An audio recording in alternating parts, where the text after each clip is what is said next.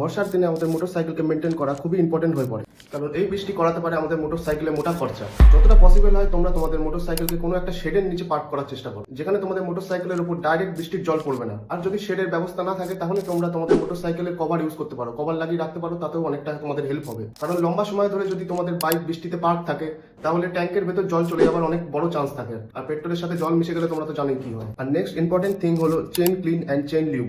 General frequency যেটা হলো 500 kilometre অব্দি হয়। বৃষ্টির জলের কারণে তোমাদের মোটরসাইকেলের চেন খুব তাড়াতাড়ি খারাপ হওয়া চালু হয়ে যায়, তাই এই প্রসেসটা তাড়াতাড়ি করাই ভালো, যে চেনটা ক্লিন করে নাও, লিভ করে নাও। এই প্রসেসটা 500 কিলোমিটারের আগেই যদি তোমরা করো তাহলে বৃষ্টির দিনে একটু বেনিফিট পাবে তোমরা, আর চেনের লাইফটাও একটু লম্বা হবে। আর চেনের সাথে সাথে পুরো মোটরসাইকেলটাও ক্লিন করা হচ্ছে ততটাই ইম্পর্টেন্ট। তোমরা ভেবে থাকতে পারো বৃষ্টিতে আর কি ক্লিন করবো বাইকটা, বৃষ্টিতে আপনি আপ ক্লিন হয়ে যাবে বৃষ্টির জলে, কিন্তু তা না। বৃষ্টির জলে বাইকের ওপরটা হয়তো ক্লিন হয়ে যেতে পারে, কিন্তু নিচের দিকটায় লেগে থাকতে পারে অনেক ধুলো, অনেক নোংরা, এবং কাদার কারণে নিচেটা পুরো কাদা জমে থাকতে পারে, এবং এর কারণে তোমাদের বাইকের রাস্টের ইস্যু আসতে পারে।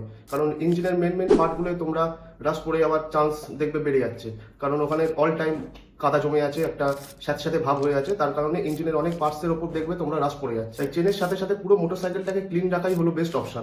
টায়ারের থ্রেডটাও চেক করা হলো খুবই ইম্পর্টেন্ট একটা জিনিস।